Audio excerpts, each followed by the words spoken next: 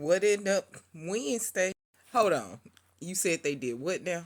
Stealing human and dog ashes, thinking that is that cocaine.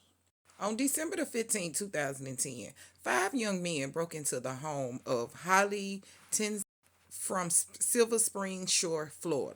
In the process of the robbery, they stole jewelry, electronics, and urns. Yes, urns, ashes. Let's continue. Now, upon stealing these urns, they confused it with something else, thinking that it was that cocaine. And the actions behind what they did is even more hilarious because, of course, they were sniffing it. Now, the fact that neither one of these young men are over the age of 21 is just astounding, especially thinking that it was drugs to begin with in the urns. But come to find out, what was really in the urns was the ashes of Holly's father and her father's two Great Danes. Oh yeah, they was known as Canine.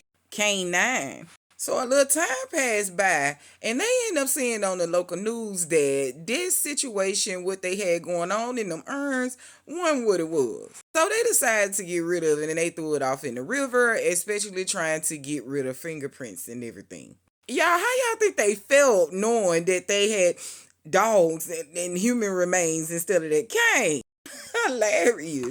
But they end up confessing to the situation because they got caught up in another robbery. Yes, the same five young men. They just some thieves. They broke down confessing, letting them know that they threw them over in the lake once they realized that it wasn't their drugs that they thought it was, and they wanted to get rid of all evidence. But they only threw one of the dogs in the father's ashes in the lake, and one of the dog's ashes was actually thrown away because at the home it was mistaken for concrete. Ay, ay, ay, y'all. This is a mess. Now, these five young men included were named, but don't get me, forgive me because I don't want to botch them up because it seems like they was from a Latino community in Florida. Two of them were juveniles, so they did not mention their name, but here are the three that they did, plus the time that they were facing because they eventually, like I said, pleaded guilty, confessed, and was sentenced in June. At least two of them were.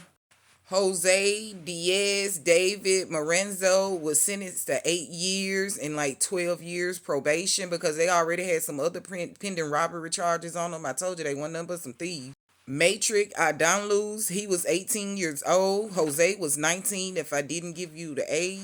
And Waldo Sorrow was 19, who I could not find what the punishment was on him. It was saying that he was still pending. So what y'all think? You know they was Latino. Y'all think they hooked it up, put a little candles on it? Now here are the urns here that were recovered from the lake in the water.